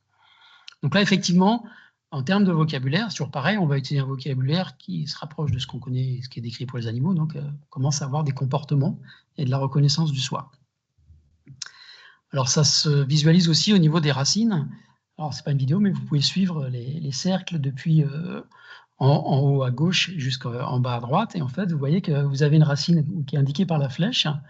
Et lorsqu'elle se développe, elle a sa croissance. Et lorsqu'elle approche d'une autre racine, donc, eh bien, elle ne va pas arriver jusqu'à buter sur la racine pour se réorienter. Elle va commencer sa réorientation avant, pour ne pas la toucher. Donc ça veut dire quoi? Ça veut dire une fois de plus qu'elle sait qu'il y a une racine là et qu'elle va choisir de réorienter sa croissance pour ne pas aller buter sur cette racine. Donc ça veut dire que la racine fait un choix. C'est un peu effrayant. Et voilà. Et donc il y a des études qui ont tenté de modéliser un peu ça de façon un peu plus large. Et donc ce que vous avez sur les schémas, c'est donc sur la gauche, c'est la photo, enfin l'image de l'expérimentation des croissances des différentes racines. Et puis vous avez des modèles qui ont été faits, donc soit des modèles aléatoires, soit un modèle non aléatoire. Et donc le modèle non aléatoire est au milieu, et le modèle aléatoire est complètement à droite. Et vous voyez que ce qui ressemble le plus à la croissance mesurée, c'est un modèle qui n'est pas aléatoire. Donc effectivement, vous avez des interactions. Et là, ils ont même dans les titres de leurs articles parlé d'intelligence en essaim. Donc le swarming behavior, c'est ce qu'on connaît pour les oiseaux qui volent en essaim, vous savez, donc qui font tous les mêmes mouvements, ou les poissons. Et donc, ils décrivent ça comme étant des comportements en essaim chez les plantes. Donc, en fait, vous avez des comportements de groupe aussi. Alors, dans le sens aussi des comportements et des interactions entre organismes, il y a les capacités qu'ont les plantes à faire des réseaux avec les champignons, hein, donc c'est ce qu'on appelle les mycorhizes. Or, c'est très bien connu depuis très longtemps. C'est une symbiose qui, classiquement, est décrite comme étant un bénéfice réciproque, à savoir que la plante, elle va faire la photosynthèse et elle va allouer du sucre à hauteur de 15-20% aux champignons. Et le champignon, lui, qui est associé au niveau de la racine, va être capable d'aller explorer le sol et il va ramener de l'eau et des sels minéraux, notamment à la plante. Donc, il améliore sa nutrition minérale. Et donc, c'est bénéfique pour les deux. Ce qu'on sait, c'est que ce n'est pas du tout passif, ces interactions. C'est-à-dire que s'il y a un des partenaires qui ne remplit pas son rôle, eh bien l'autre va arrêter son rôle aussi. Donc, il y a vraiment des échanges et c'est finement contrôlé. C'est-à-dire que ce n'est pas parce que vous avez un champignon de plante qu'il va y avoir une interaction immédiatement. Il peut y avoir aussi, d'ailleurs, des interactions qui sont symbiotiques à un moment, et lorsqu'un des individus devient faible, eh bien, ça peut devenir pathogène, l'autre partenaire prenant un rôle un peu différent. Mais pour ce qui nous intéresse ici, ce qui est intéressant, c'était fait par Suzanne Simard au Canada, c'est qu'elle elle a voulu chercher si ces réseaux aller au-delà d'un champignon et d'un arbre, c'est-à-dire qu'en fait, un champignon, il est adhésif, et les ifs, ça se développe sur des mètres et des mètres, ça croît tant que ça peut. Et donc, de ce fait-là, un champignon peut être associé aux racines d'un arbre, mais il peut aussi être associé à un autre arbre. Donc, un champignon peut être associé à 2 arbres. Et un arbre, avec aussi son chevelu racinaire, il peut être associé à plusieurs champignons. Donc, vous voyez bien que là, on commence à avoir un réseau où finalement, sous le sol des forêts, eh bien, on a très certainement une connexion entre quasiment tous les arbres et les plantes et tous les champignons. Donc, on a des réseaux qui sont très durs à décrypter parce qu'ils sont dans le sol. Donc, c'est pas simple. Mais ce qu'ils ont cherché à voir sur une première expérience, c'était à suivre le sucre. Donc, ce qu'ils ont fait, c'est qu'ils ont mis un sac avec du carbone 14 radioactif donc autour de feuilles d'un arbre. Et donc, ce carbone 14 a été intégré par photosynthèse dans du sucre et ils ont suivi le sucre. Donc, en fait, ils ont trouvé le sucre qui passait dans le sol. Pas trop de surprise, hein, ils en ont aux champignons. Par contre, la surprise qu'ils ont eue, c'est qu'ils ont retrouvé de la radioactivité dans des arbres à côté. Et là, ça devient complexe parce que ça veut dire que le champignon, on comprend bien qu'il aille chercher du sucre chez l'arbre, mais on ne comprend pas trop pourquoi il en aurait redonné à un autre arbre. Et en fait, c'est chez des arbres qui étaient plus jeunes et à l'obscurité. Et donc, ça veut dire que les échanges seraient certainement beaucoup plus complexes que ce qu'on imagine au départ. Alors, bien sûr, on sait maintenant qu'il y a des échanges de vitamines, il y a énormément de signaux. Donc, ça suggère que les interactions entre les plantes sont, et les champignons d'ailleurs, en l'occurrence, sont beaucoup plus complexes que ce qu'on imagine. À savoir en plus que la communication, donc, elle se fait par les champignons, on comprend bien, hein, communication physique, mais vous avez aussi des échanges de composés organovolatiles au niveau aérien, au niveau souterrain, et puis vous avez toute une flore finalement autour de ces racines. Dans un sol, il y a des bactéries, il y a des milliers de bactéries, des milliards de champignons, enfin, il y a énormément d'organismes. Donc, c'est un système extrêmement complexe et extrêmement connecté. Et donc, les études là, alors bon, bien sûr, il y a eu une communication comme quoi c'était l'arbre mère qui donnait du sucre à ses enfants. Alors ça, effectivement, ça passe pas très bien au niveau des scientifiques, c'est un peu forcer le trait et c'est pas ça la réalité des choses. Mais des fois, la communication va un peu trop vite, un peu trop loin, donc il y a controverse. Voilà. Je pense qu'il n'y a pas controverse sur le fait que c'est de plus en plus complexe quand on regarde bien les choses, mais il y a controverse sur la façon dont c'est présenté. Donc, c'est complexe, mais c'est encore un champ d'étude qui est très important. Et pour la nutrition minérale, on sait depuis très longtemps que les mycorhizes sont importantes et qu'un sol vivant, c'est très important. Donc, ce sont des sujets qui sont vraiment très, très, très importants, notamment en forêt. On sait très bien que quand on a une forêt monospécifique, on appauvrit les sols, on appauvrit le type de champignons. Et finalement, en termes de production, même en production sylvicole, eh bien, on a des choses qui sont moins puissantes que quand on a des forêts qui sont plus diverses. Maintenant, en termes de récolte, etc., il y a d'autres problèmes. Enfin, voilà. Donc, c'est des sujets complexes, mais qui peuvent amener à des réflexions assez intéressantes. Alors là, ça a été fait en laboratoire, mais c'est pour aller encore un peu plus loin sur ces communications. Là, c'est la seule que j'ai vue. Hein. Pour l'instant, c'est vraiment à revérifier. Mais nous, on a retrouvé la même chose. On ne l'a pas publié. Mais là, l'étude qu'ils ont voulu faire, c'était voir si une plante pouvait envoyer un signal électrique à une autre plante. Et donc, ce qu'ils ont fait, c'est qu'ils ont fait pousser sur des géloses les systèmes racinaires. Donc, on a 2 plantes séparées. Les systèmes racinaires sont dans 2 géloses avec des mycorhizes. Et en fait, c'est ce que vous avez en bas sur la photo. Ils ont fait en sorte que les 2 plantes et les 2 blocs de gélose ne soient connectés que par des mycorhizes de champignons. Et après, ils ont mis des électrodes dans une plante et ils sont allés titiller l'autre plante. Et en titillant la plante, ils ont vu qu'il y avait une réponse électrique de l'autre plante. Ce qui suggère, je dis bien suggère, je suis très précautionneux, qu'il y a un signal électrique qui passe. Alors nous, on a fait aussi des manips comme ça, mais là encore, les contrôles sont très, très, très importants à faire. Il faut prendre beaucoup de précautions. Par exemple, nous, on a fait des blessures, mais on se rend compte que si on fait une blessure avec un ciseau en métal, eh ben, on peut avoir des champs électriques, des choses comme ça. Voilà. Donc, on a pris des ciseaux en plastique. Enfin, voilà. Donc, en fait, il faut prendre vraiment beaucoup de précautions, mais c'était pour vous dire que voilà, les champs de recherche vont même à essayer de voir s'il n'y aurait pas une communication électrique de plante à plante via les champignons. Donc ça, c'est quand même très intéressant parce qu'on connaît les communications électriques chez les animaux, il y a des potentiels d'action, on en a tout le temps dans notre corps, mais là, ça suggérait qu'il y ait une communication électrique même qui va au-delà de l'organisme. Alors, toujours dans le type de comportement, donc ça, c'est un papier qui date de 2021. Et en fait, c'est des gens qui sont très observateurs, qui se baladent en forêt et qui ont vu des associations donc, de fougères. Et en fait, il y a une spéciation des différents pieds de fougères. Donc, ils ont pris ces espèces de bulbes, en fait, ils ont vu qu'il y avait des parties de fougères qui étaient sous forme de feuilles et d'autres parties, en fait, qui étaient un plant complètement, qui faisait une outre qui retenait l'eau. Ils les ont dissociés, les ont remis en pot et ils ont obtenu des pieds identiques. Donc, ils ont refait l'inverse, ils ont fait pousser des fougères et ils les ont remis en condition en forêt et ils ont vu qu'elles seraient associées pour former en fait un groupe de fougères avec des rôles spécifiques pour les différents pieds. Donc, vous avez une partie qui va faire la photosynthèse et qui va transmettre des sucres et une autre partie qui sert d'outre et qui retient l'eau. Donc, ils ont appelé ça de l'eusociality. Donc, en fait, est-ce que les plantes commencent à avoir des comportements sociaux en s'associant et en ayant des rôles différents? Donc, ça reste effectivement vous voyez, le papier date de 2021. Je pense qu'en cherchant en forêt, des choses comme ça, on va découvrir de plus en plus que les plantes ont des capacités à s'associer, à faire des choses qu'on n'a pas l'habitude de penser pour elles. Alors, toujours dans l'idée qu'elles aient des comportements, je vous passe une petite vidéo. Hop, donc ça, c'est un haricot. Alors, il y a des mouvements parce qu'il pousse, c'est bien sûr un time-lapse accéléré, bien sûr, et ça nous permet de voir ces mouvements. Donc là, l'idée, c'était de voir si le haricot savait où était le poteau. Je vous laisse regarder.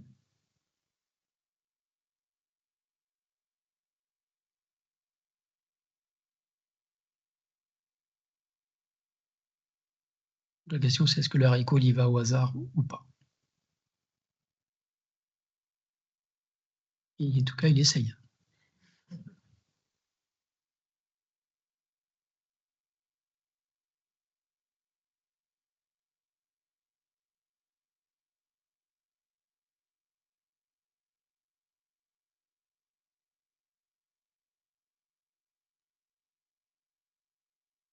Prend son élan. Et il finit par réussir. En fait, moi, elle m'a fasciné quand je l'ai vue, elle me fascine toujours d'ailleurs, quand je l'ai vue cette vidéo, parce qu'on a vraiment l'impression qu'il cherche à attraper le poteau et qu'il sait où est le poteau. Et ça, c'est très surprenant. Donc, il y a des études qui ont été faites pour évaluer ça, et donc l'étude était d'évaluer le mouvement comme ça de croissance des haricots avec ou sans poteau. Et il est très clair maintenant que le mouvement des haricots quand il y a un poteau n'est pas le même que le mouvement des haricots quand il n'y a pas de poteau. Et donc là, les expériences se poursuivent pour essayer de comprendre comment le haricot sait où est le poteau. Pour l'instant, on ne sait pas trop. Donc là, vous voyez, c'est un fond bleu. Donc, pour faire ces expériences, ils ont essayé d'homogénéiser au maximum tous les signaux autour pour éviter de fausser les données. Et à l'heure actuelle, on ne sait pas. On sait pas. La seule chose qu'ils ont réussi à faire, c'est à perturber le haricot en émettant des sons, dont l'hypothèse qui vient naturellement, c'est le haricot ferait de l'écolocalisation. Alors ça, à tester, faut y aller, parce que déjà, les sons émis, c'est quoi? Dans un environnement, dans la nature, avec tous les bruits qu'il y a, comment ça pourrait être perçu? Enfin voilà, il y a encore un champ de travail, mais par contre, il y a beaucoup d'études qui sont sorties et ils ont fait le travail avec des poteaux en fer, en plastique, en bois, prenant le poteau, en le faisant bouger comme ça, le haricot, il suit. Et donc, en fait, les haricots sont capables de savoir où est le support, donc c'est pas complètement au hasard. Et donc, ils ont eu l'idée, bien sûr, de faire 2 haricots et un seul poteau. Parce que quand même, il faut faire des choses un peu... On rentre tout de suite dans la compétition avec les humains, c'est terrible. Et hop, et regardez ce qui se passe. En fait, les 2 haricots poussent et se dirigent effectivement vers le poteau. Et donc, quand le premier arrive, le deuxième haricot, il change son orientation. Donc là, on est sur une situation où le haricot sait où est le poteau, et en plus, il sait quand l'autre haricot a attrapé le poteau, et il décide d'aller chercher ailleurs. Alors, c'est des expériences toutes bêtes, mais qui pour moi sont assez stupéfiantes, parce que ce n'est pas l'habitude qu'on a pour les plantes, on va dire. Et donc, voilà. les capacités particulières des plantes, alors c'est vrai que vous allez trouver plein de contre-exemples. Hein. Faites l'expérience chez vous, vous allez avoir 4 haricots sur le même poteau, sans problème. Il y en a qui sont beaucoup plus conviviaux que d'autres, apparemment.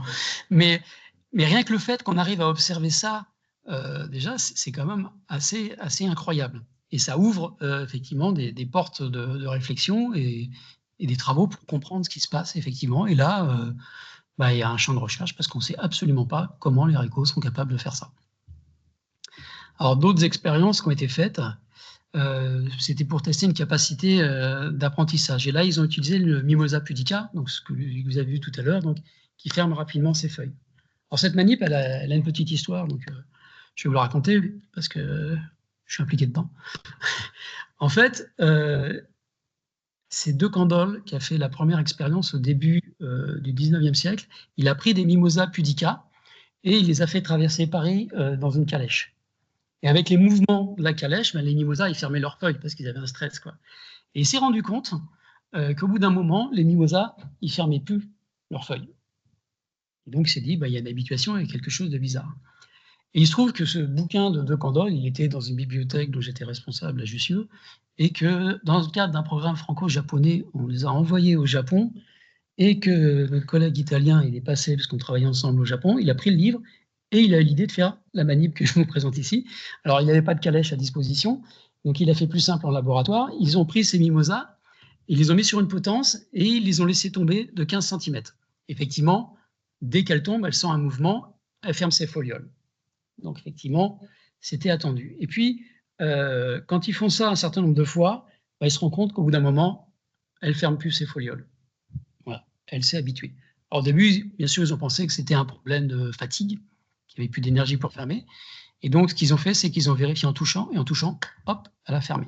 Donc, ce n'est pas un problème de fatigue. Et en fait, ils se sont rendus compte en remettant les mimosas sur la potence, donc ils ont attendu une journée, elle continue à pas se fermer. Et en fait, en mettant un mimosa sur la potence 28 jours après, elle continue à pas se fermer. Si on attend plus longtemps, elle se referme. Mais c'est-à-dire que non seulement elle a un phénomène d'apprentissage, elle sait que finalement, ce n'est pas problématique de tomber comme ça, mais elle le garde en mémoire. Donc voilà, donc cette plante a une capacité d'apprentissage et une capacité de mémorisation du signal. On ne sait pas comment. Alors, il y a d'autres études qui ont été faites, je ne vous présente pas ici, qui sont un peu plus controversées sur le fait qu'elle serait même capable d'apprentissage par association. Hein. C'est le principe de Pavlov, vous savez, vous connaissez. Hein. Donc, il y a l'expérimentateur qui fait un bruit et qui amène la nourriture, et le chien se met à baver, et puis au bout d'un moment, rien qu'avec le bruit, le chien se met à baver parce qu'il a associé le signal donc, à la nourriture. Il y a des expériences qui ont été faites comme ça, avec des plantes, avec la photosynthèse et un souffle d'air. Et ils ont montré que la croissance allait toujours vers le souffle d'air, même quand il n'y avait plus la lumière. C'est assez dur à reproduire, il y a beaucoup de controverses, donc ça, voilà. Ça vous montre juste que les champs de recherche, maintenant, on essaye à appliquer des protocoles qui sont d'habitude habitués sur les animaux, on les essaye sur les plantes pour voir, et on essaye de stabiliser un peu ces informations. Donc en fait, une fois qu'on a finalement admis que ces plantes avaient des capacités de réaction, la question qui vient derrière, c'est comment ça marche, comment on peut expliquer ça. Donc la sensibilité chez les animaux, c'est lié à la neurobiologie. Donc la neurobiologie, pour ça, il faut des neurones, qui sont des cellules différenciées, qui vont permettre le passage de potentiel d'action, hein, c'est le petit schéma au centre, donc un signal électrique qui va être propagé le long des neurones. Et puis, quand vous avez une connexion entre deux neurones, vous avez ce qu'on appelle une synapse, avec un signal qui arrive et qui va permettre la libération de molécules, donc on appelle les neurotransmetteurs, et ces molécules vont aller exciter le neurone d'après. Comme ça, vous avez la propagation du message donc, tout au long. Donc, la neurobiologie, c'est l'utilisation de ces neurones. Et pour qu'ils fonctionnent, il faut qu'il y ait un stimuli. Donc, vous allez avoir réception de ce stimuli avec des récepteurs au niveau de cellules. Et puis, le signal électrique va passer dans les neurones, il va arriver au cerveau. Là, vous allez avoir donc une intégration. Le signal va être processé, donc il y a plein d'aires de cerveau qui s'allument dans tous les sens en fonction des signaux. Je ne suis pas du tout spécialiste, comme vous pouvez voir. Et donc après, il va y avoir une réponse adéquate. Et donc en fait, c'est ce qui est figuré dans cette petite chaîne. Hein. Donc vous avez l'événement, réception du signal, transmission du signal, intégration du signal et réponse. Et chez les plantes, on n'a pas de neurones. Ça, c'est la première chose. Donc, pas de neurones. Comment on peut faire passer un signal? Alors, il n'y a pas de neurones chez les plantes, mais il y a des faisceaux conducteurs, donc à savoir ce qui permet de faire passer la sève élaborée des feuilles, toutes les parties de la plante, puisque toutes les parties vont avoir besoin de ce sucre issu de la photosynthèse. Et puis, vous avez le xylème, d'autres faisceaux, qui vont être capables de transporter l'eau et les sels minéraux des racines, pareil, dans toutes les parties de la plante, puisque toutes les parties de la plante vont avoir besoin d'eau et de sels minéraux. Et donc, finalement, on a un réseau tout au long. Donc, on n'a pas de neurones, mais on a un réseau. Alors, est-ce qu'on a des neurotransmetteurs comme il y a chez les animaux? Alors, tous les neurotransmetteurs qu'on a chez les animaux, on les retrouve tous chez les plantes. Il y en a même d'autres. Donc ça, ces molécules n'ont pas forcément un rôle de neurotransmetteur, donc il n'y a pas de neurones, mais elles ont souvent des rôles dans les réponses au stress. Il faut savoir que chez les animaux, les neurotransmetteurs, même si on les appelle comme ça, des fois, ils ont d'autres rôles que neurotransmetteurs en fonction des cellules. Donc, c'est des molécules souvent de réponse au stress. Mais déjà, en termes de potentialité, voilà, ça, c'est pas une limite chez les animaux, même s'il n'y a pas, alors, je vous montrerai un exemple tout à l'heure, forcément tous les neurotransmetteurs qui sont efficaces. Nous, on a fait une petite étude où on avait utilisé donc, des petites protéines, qu'on appelle des FARP. On a utilisé des FARP humains et on les a mis sur des plantes et on a réussi à fermer des stomates et à réguler des réponses au stress hydrique chez des plantes avec des neuromédiateurs humains. Donc ça montre que vous avez des conservations des systèmes et j'y reviendrai un peu tout à l'heure. Alors, des signaux électriques chez les plantes. Alors là encore, c'est franchement pas nouveau. Burdon-Sanderson, j'ai mis le titre de l'article, 1873. Alors, il avait pris des dionnées, je vous montre tout à l'heure, donc c'est des plantes carnivores qui ont des mouvements rapides aussi, et il a mis des électrodes dessus et il a enregistré des signaux électriques. Donc les signaux électriques chez les plantes, eh ben, on sait que ça existe depuis au moins 1873, et ça paraît surprenant encore pour pas mal de personnes, alors que c'est quelque chose qui finalement devrait être passé depuis très longtemps. Donc, bien sûr, on a optimisé un peu les processus de mesure. Et là, vous avez un schéma qui vous montre que quand on met plusieurs électrodes sur une plante, on arrive à enregistrer un signal. Et finalement, on voit qu'en fonction des électrodes, eh bien, si le signal il descend du haut de la plante vers le bas de la plante, eh bien, le signal il se décale, puisqu'effectivement, le signal, il faut le temps qu'il se propage. Alors, pour faire ça, on plante des électrodes, une électrode à l'extérieur, une électrode à l'intérieur. Donc, c'est vraiment une mesure électrique qui est finalement assez simple. Et ça nous permet de mesurer ces différences de potentiel et on voit la propagation d'un signal. Alors là, c'est une façon de travailler pour être très précisément inséré dans le phloème. Il y a des insectes qui savent faire ça très bien. Ils ont un rostre et ils vont les piquer dans le phloème. Donc là, on peut avoir une position d'électrode très précise, alors que quand nous, on fait ça comme ça, à l'intérieur d'une plante, c'est très difficile de se positionner.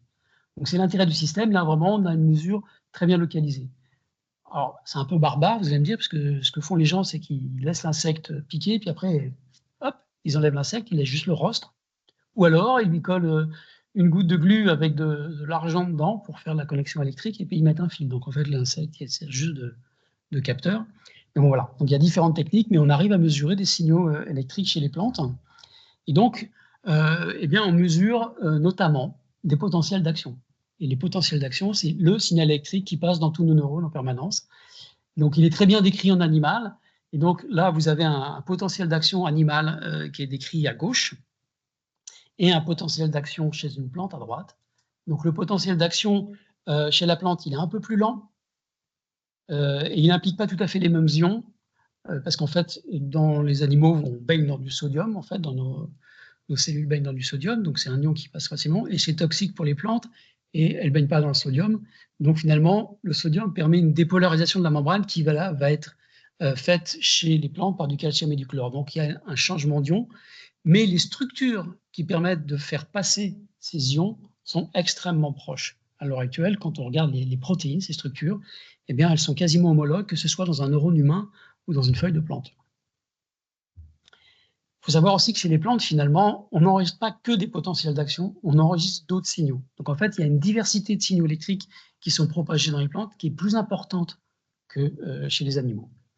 Et donc, ce qui a été montré, c'est qu'en fonction des plantes, vous avez quasiment toujours les mêmes types de 3 signaux qui sont retrouvés. Et ces signaux, bon, ils ont des vitesses de propagation, ils arrivent à amener des réponses variées.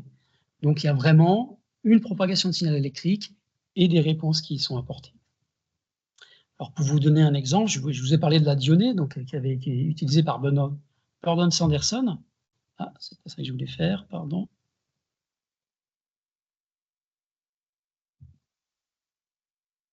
Voilà, donc un mouvement rapide, hein. Si vous regardez bien, vous avez des petits pics à l'intérieur de la feuille, et quand votre limace en touche une, il se passe rien. Quand elle en touche deux, le piège se referme.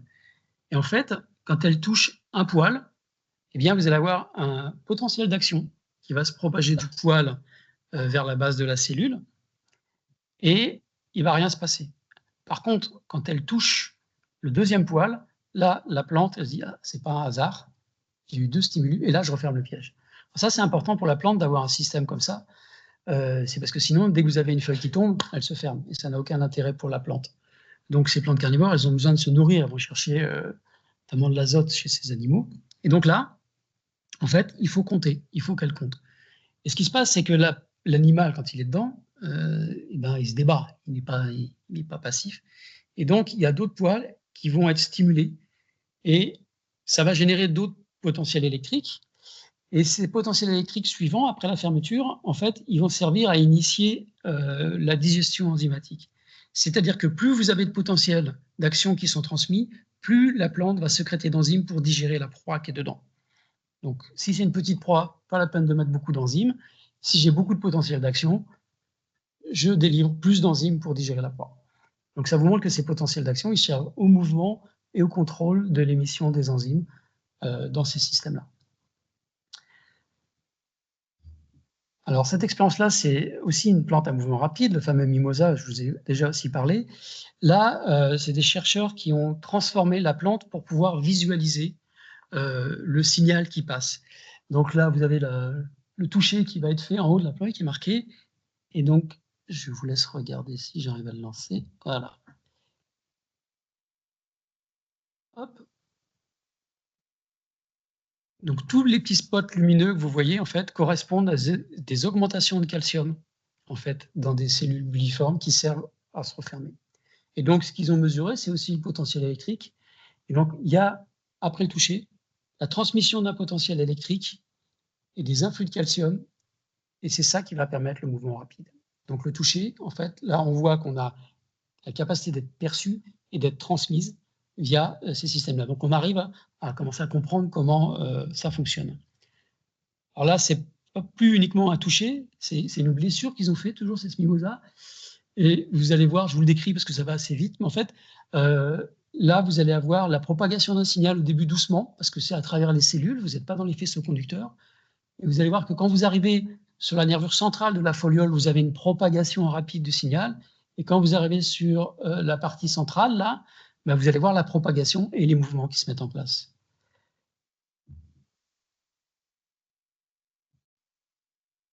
Hop, là, ça va doucement.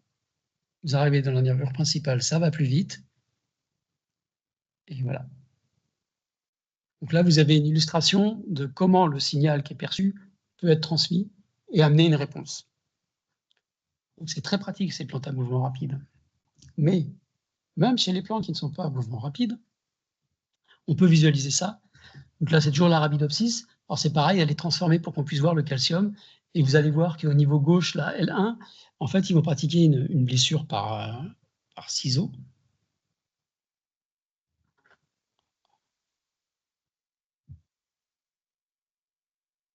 Et hop, vous voyez la propagation du signal.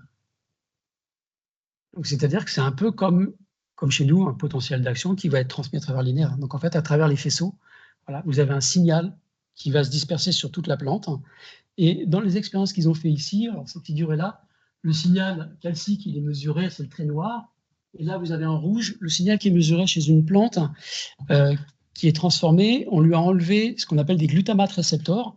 En fait, ce sont des canaux ioniques qui sont sensibles au glutamate. Le glutamate étant un neurotransmetteur qu'on utilise en permanence dans notre cerveau. Et en fait, ce qu'on a pu montrer, c'est que les glutamates récepteurs chez les plantes et chez les animaux sont extrêmement proches. Et en fait, les plantes utilisent un neurotransmetteur, donc là, le glutamate, pour avoir une signalisation longue distance. Donc il y a une homologie dans les processus qui est assez surprenante. Alors, c'était une blessure artificielle, donc ils ont voulu faire ça avec une chenille, pour montrer que ça marchait aussi. Donc là, vous avez une chenille qui arrive et qui broute. Et vous voyez que la feuille, eh ben, elle est mangée, mais par contre, elle fait passer des signaux. Et donc, ces signaux, bien sûr, vont amener à des réponses. Et bien sûr, si vous n'avez pas le glutamate récepteur qui est présent chez la plante, eh ben, elle ne transmet pas de signaux. Et donc, forcément, là, il n'y aura pas de défense mise en place. J'adore les petites vidéos, donc je vous en montre encore une autre. Alors, c'est toujours Arabidopsis, mais cette fois, ce n'est pas un signal de blessure. Là, ils ont fait sentir à Arabidopsis des volatiles qu'ils étaient allés extraire sur une autre plante. Donc, ils ont mis en place un dispositif, en fait. Donc, ils ont la solution de volatile. Et en fait, donc, cette solution va émettre ces molécules de façon aérienne. Et vous allez voir ce qui se passe sur la plante là.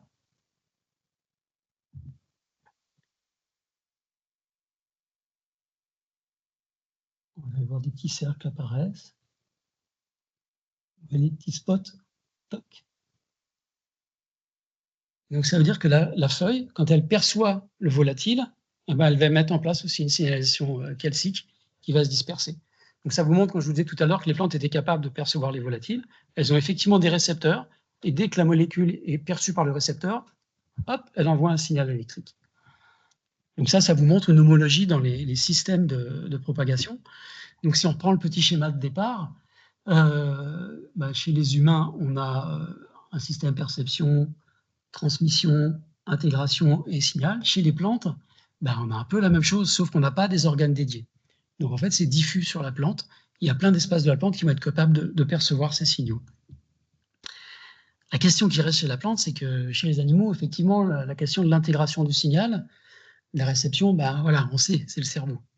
C'est là que ça se passe.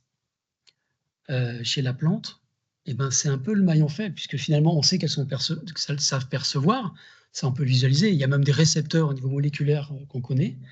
On sait qu'elles savent transmettre le signal. On sait qu'elles savent capables d'avoir une réponse qui peut être une synthèse, qui peut être une transcription de gènes, qui peut être de la croissance, qui peut être beaucoup de choses différentes. Mais on ne connaît pas le système, finalement, d'intégration, de réception du signal. En fait, en neuro, c'est ce qu'on appelle la perception. La perception, c'est l'intégration du système par le cerveau. Et en fait, la perception, elle est associée, chez les animaux, à la cognition. Donc, ça fait plein de mots qui sont un peu gênants pour les plantes. Mais quand même, historiquement, il y a eu des théories. C'est Darwin qui a commencé. Et Darwin, dans son livre « The Power of Movement in Plants », à la fin du 19e, il proposait que l'apex de chaque racine soit finalement un mini-cerveau, comme un cerveau. Ce qui voudrait dire que chez la plante, on n'aurait pas un cerveau donc centralisé, mais on aurait finalement une multitude de petits cerveaux qui seraient à l'apex de chaque plante. Alors, il y a des études qui ont été faites pour regarder l'activité effectivement de ces apex, et c'est vrai que ce sont des zones où il y a une très forte consommation d'énergie, où vous avez l'émission de signaux électriques. Voilà, donc il y a des choses qui ressemblent, mais ce n'est pas avec ça qu'on peut dire que c'est un cerveau. Mais il y a quand même quelque chose qui est aussi intéressant, c'est que la plante, je vous le dis au départ, la plupart des plantes, elles ne sont pas capables de se déplacer. Et donc, une de leurs qualités, c'est qu'elles peuvent se régénérer si on en détruit les 3/4. Je veux dire, un animal, on enlève une partie du cerveau, ça devient très compliqué. Une plante, si le cerveau est diffus et réparti, vous pouvez en enlever toute une partie. Donc, ça fait une résilience de la plante qui est tout à fait explicable. Donc, il y a des activités électriques, je vous disais, qui ont été mesurées, mais bon, je dirais qu'à l'heure actuelle, personne n'est capable de dire que c'est effectivement là un centre intégrateur de perception. Il y a encore beaucoup de travaux à faire, et c'est peut-être même encore plus diffus que ça, je dirais. Il y a peut-être beaucoup d'endroits où la perception peut être intégrée différemment.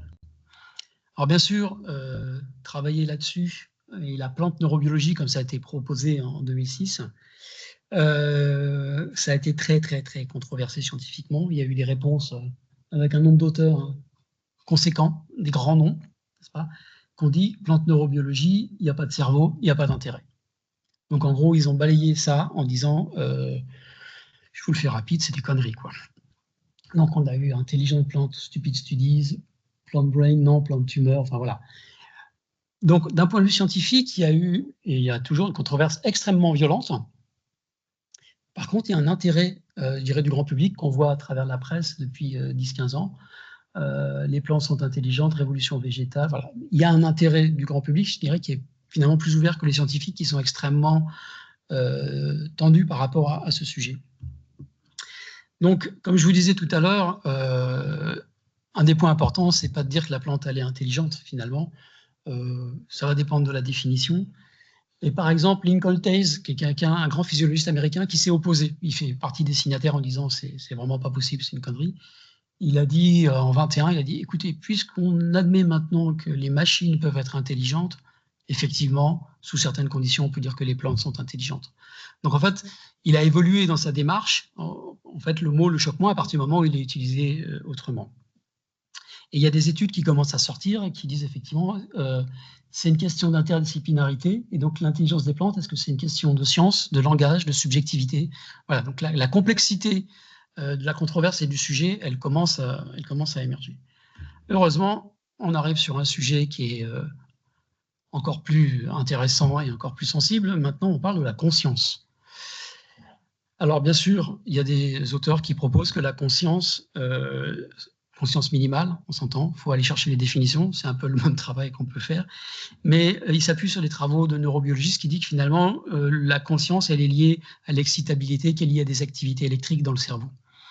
Et donc, si on considère ces activités électriques et ce qu'elles peuvent générer, eh bien, on peut positionner enfin, pas que les plantes, tout le vivant, comme des organismes ayant une conscience minimale. Donc, bien sûr, il y a des auteurs qui disent ben, les plantes n'ont pas besoin et elles n'ont pas de conscience. Lincoln Tays le premier, donc il va falloir attendre 10-15 ans pour qu'il change son avis par rapport au vocabulaire. Donc, voilà, c'était juste ce débat-là, mais ce débat-là, on peut le mettre en parallèle avec des recherches qui sont faites en neurobiologie à l'heure actuelle. Il y a eu une controverse adversariale, ça c'est assez intéressant, qui a été mis en place. Ce sont des groupes de philosophes et neurobiologistes qui ne sont pas d'accord entre eux, qui ont différentes théories de la conscience, et ils se sont mis ensemble, ils ont dit on va faire des protocoles ensemble, on va les appliquer et on va voir qui a raison, en quelque sorte. Et donc, l'an dernier, ils se sont réunis, ils ont fait un grand colloque avec les résultats de leurs expériences, et ils ont dit, il y a des choses bien là, des choses bien là, des choses bien là, et puis finalement, je dirais pour aller très vite, les conclusions, c'est qu'on ne sait toujours pas quelles sont les bases biologiques de la conscience. Donc en fait, d'un point de vue biologique, on ne sait pas ce que c'est que la conscience. Donc c'est très difficile de dire, il y en a pas, il y en a, enfin voilà. Donc en fait, c'est une définition, mais on n'a pas d'outils très pratiques pour voir ça. En parallèle, toujours l'an dernier, il y a plus de 300 chercheurs qui ont fait une déclaration en disant que la probabilité de conscience, elle n'était pas uniquement existante chez les humains, mais que ça allait jusque chez les insectes. En fait, les études montrent qu'avec différents protocoles, on arrive à voir que jusque chez les insectes, il y aurait une conscience. Donc ça montre qu'il y a une évolution aussi chez les scientifiques de qu'est-ce que la conscience et comment on peut l'aborder. Enfin, un des outils qui est utilisé pour travailler sur la conscience, c'est l'anesthésie. En anesthésie, on perd conscience. C'est la définition facile. Et on sait que l'anesthésie, il y a plusieurs effets, mais un des effets de l'anesthésie, c'est de bloquer des canaux ioniques qui permettent la propagation des fameux signaux électriques. Donc on bloque la transmission, donc on perd la sensibilité, donc on perd conscience. Ceci dit, on sait depuis Claude Bernard et depuis Jagadish Chandra Bose que les plantes sont sensibles aux anesthésiques exactement de la même façon que les animaux. Et cette petite expérience que je vous ai déjà montrée, donc vous touchez le mimosa, il va avoir un mouvement rapide, et là, vous mettez de l'éther dans le bidon au-dessus, donc l'éther il va se volatiliser. Vous mettez une cloche quand même pour se surconcentrer un peu au-dessus des feuilles.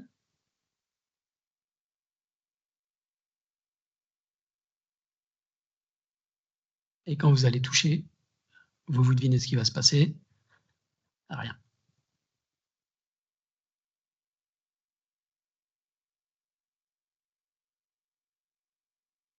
Il ne se passe plus rien. Et il n'y a plus de signaux électriques.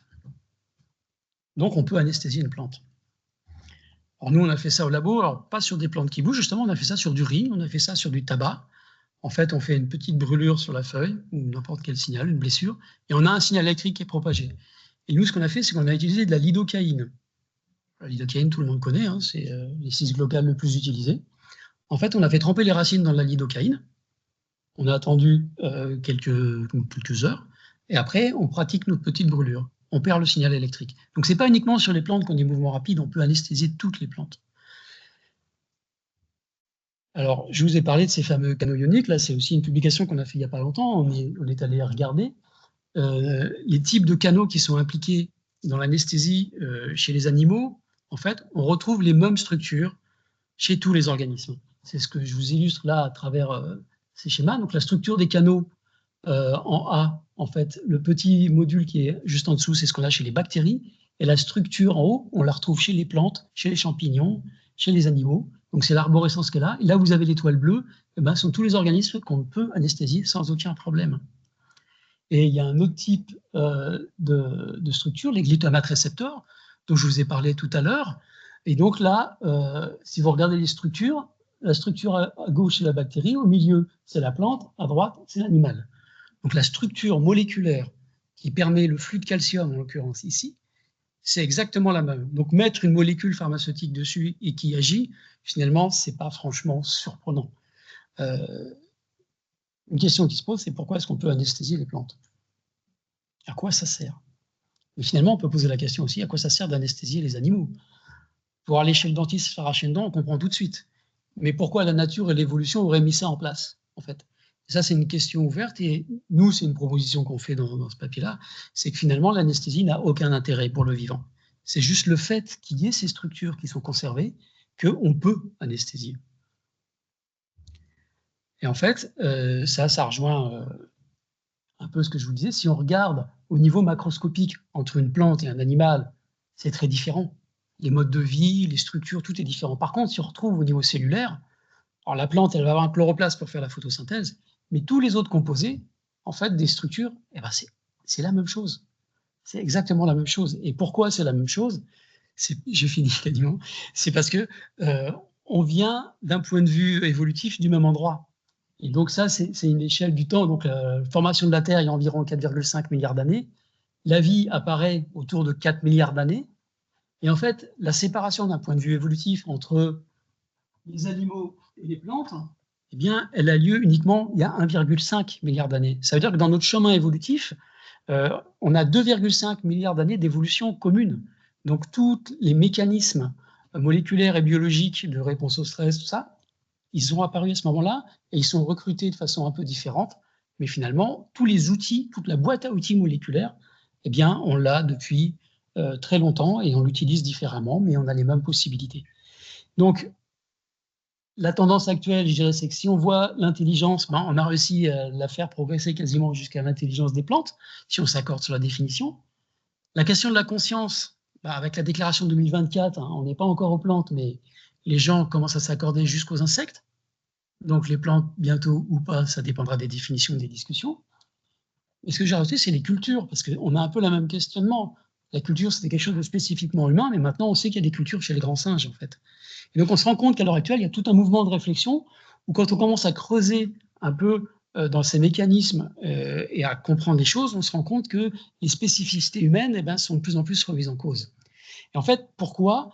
Parce que tout a été décrit par l'homme pour l'homme au départ. Donc, on a décrit ce qui était, finalement, je dirais peut-être le plus complexe. Et quand on commence à chercher dans des modèles plus simples, ben, on trouve effectivement des amorces de tout ça.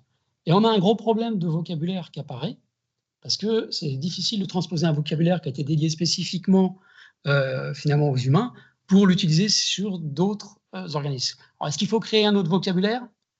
Est-ce qu'il faut utiliser le même? C'est un débat.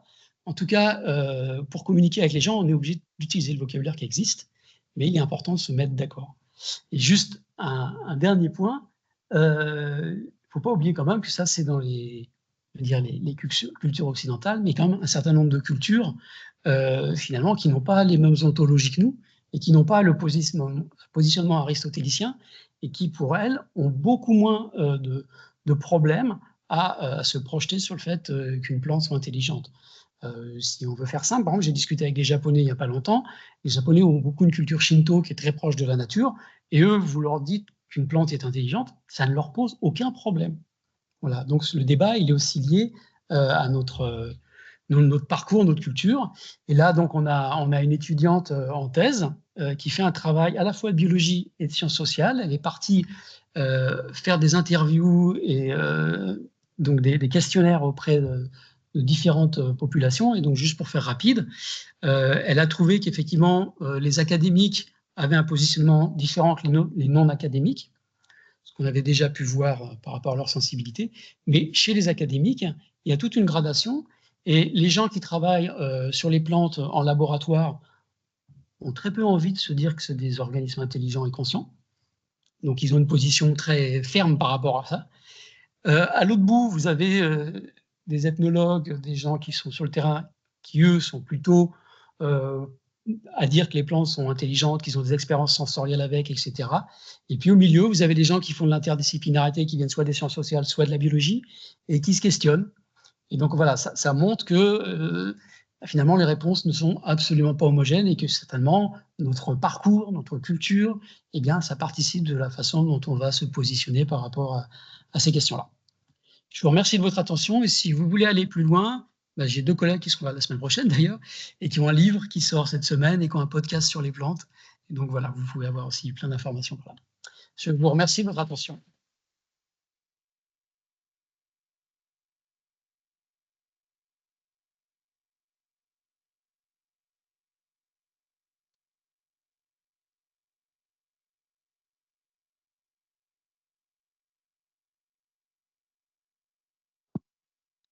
Si vous avez des questions à poser.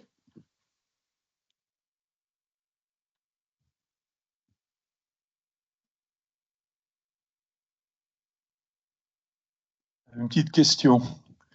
Est-ce qu'on peut, en stressant une plante, l'obliger à raciner, enfin à survivre quelque part, en la stressant? Oui, sûrement. Ça va dépendre des stress et des conditions, parce que c'est rarement un stimuli qui va amener la réponse. Ouais. Mais oui. Je n'ai pas la réponse directement à ça, mais je sais que par exemple, quand vous stressez des plantes, vous allez activer des métabolismes secondaires aussi. Et donc, vous allez avoir modifié les goûts. Par exemple, si vous avez des plantes de tomates, vous voulez que j'ai un peu plus de goût, vous arrêtez de les arroser et elles vont faire des métabolismes secondaires. Après, la croissance racinaire, on sait que lorsque les racines passent dans des zones du sol où il y a moins d'eau, elles vont limiter les croissances des racines secondaires et elles vont favoriser la croissance de la racine principale pour dépasser cette zone et chercher une zone où il y a plus d'humidité. Donc ça, ce sont des processus, effectivement. Mais quand on fait une bouture alors, avec le son, je ne sais pas quoi, par en dessous, ça va la faire raciner 200 Hz, 300 Hz, et on fait comment? On n'a pas fait la manip, je ne vais pas vous répondre, mais oui. Ah bah écoutez. Je ne suis pas dans l'application pour l'instant. Non, mais ça se teste, mais je vous dis, c'était une des questions, c'est que quand on fait du 200 Hz avec le bruit de l'eau, en fait, on sait très bien que quand il y a une racine qui va pousser près d'un sol, si elle entend l'eau, il y a des chances qu'elle ait un gradient d'humidité en plus. Donc, discriminer ce qui va être du son, ce qui va être du sol, en fait, ça demande des dispositifs. Et un des soucis qu'on a, c'est que mettre des dispositifs dans le sol, finalement, c'est très compliqué. Et un sol, c'est très bruyant. Ouais. C'est très bruyant. Quand on met un micro dans un sol, on récupère beaucoup de choses. Et ça dépend de la granulométrie du sol. Ouais. C'est assez surprenant. On est allé voir des physiciens qui, eux, étaient intéressés par ce travail-là parce qu'ils travaillent sur les glissements de terrain. Et donc, justement, ils font des plantations pour limiter les glissements de terrain. Et ils me disaient, mais nous, ça nous intéresse justement beaucoup pour voir si avec le son, on arrive à stimuler ça. Et donc, on avait commencé des dispositifs expérimentaux, mais bon, ça n'a pas abouti pour plein de raisons. Mais effectivement, c'est assez complexe et ça dépend des sols. Et obtenir que ce soit du 200 Hz qui soit perçu dans le sol, c'est très compliqué. En fait, là, pour l'instant, ce qu'on a tenté, c'est très compliqué.